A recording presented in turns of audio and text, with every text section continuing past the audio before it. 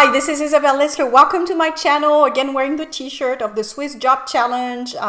Posted the link below if you want to follow the webinar where I teach you how to get a job in Switzerland, even if you don't have experience.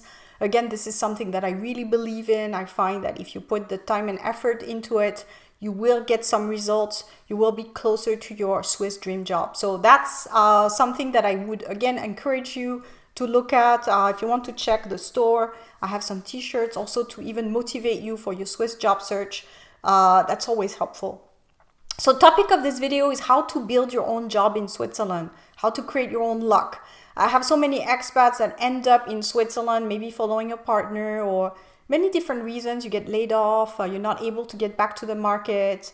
Maybe you were away from the market for a while, and as you know, those things tend to be hard to sell to a recruiter. They tend to like those very clear, stable type of profile. So if you have a bit of a bumpy type of profile, non-typical I call it, it's going to make it tough for you, especially if you apply online. You probably don't hear back from recruiters.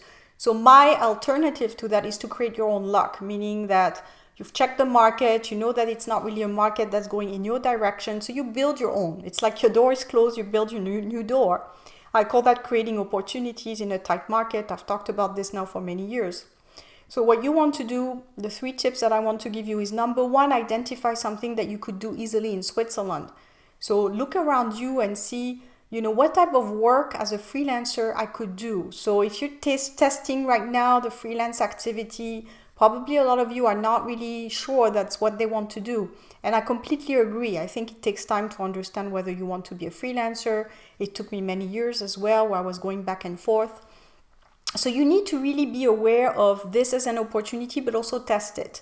So I don't recommend for people to go and just do something that they're not comfortable with, that they don't have any experience in, because the credibility will come from the experience.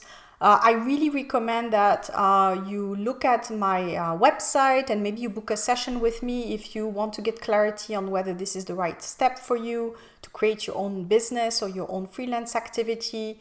Sometimes it helps to talk and exchange with somebody back and forth to know whether this is the right solution for you or not. So you can take it, or either you go for it or it's not the right solution and you have an answer quite fast. So that's one option, or one tip, is to create your own freelance activity, define your niche, test it, know whether this is going to work in Switzerland for you. And step number 2 would be aware of the resources needed, because again, it is a great alternative I find to looking for a job.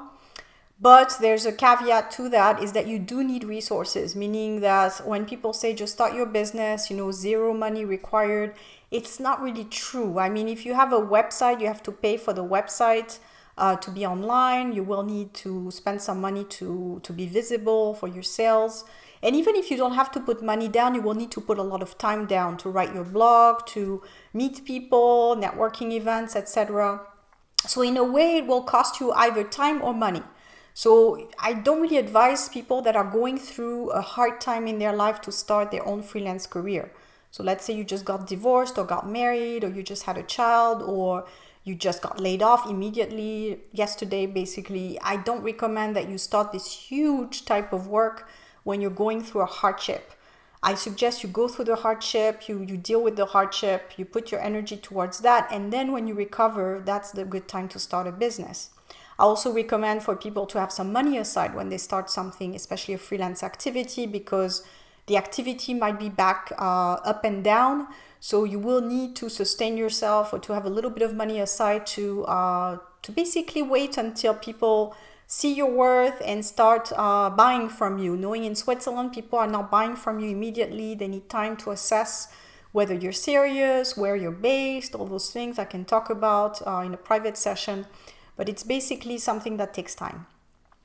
Number 3, if you decide to build your own activity or build your own luck in Switzerland, you also need to check whether this is something that's going to be enough for you to survive on. So the cost of living in Switzerland is quite high. People tend to need the Swiss salaries or the corporate jobs for that reason. Usually we're freelancing, it depends on what kind of freelancing you're doing basically. If you're a freelancer in a financial activity, real estate or things like that, probably you can have the same lifestyle as if you were an employee.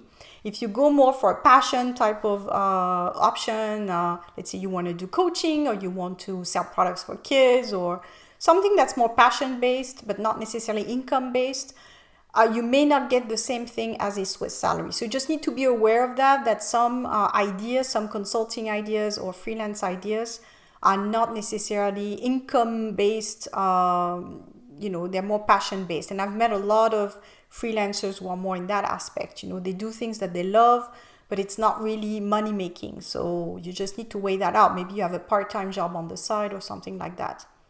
So I hope this video helped you to create your own luck in Switzerland. Feel free to comment. I will talk to you soon.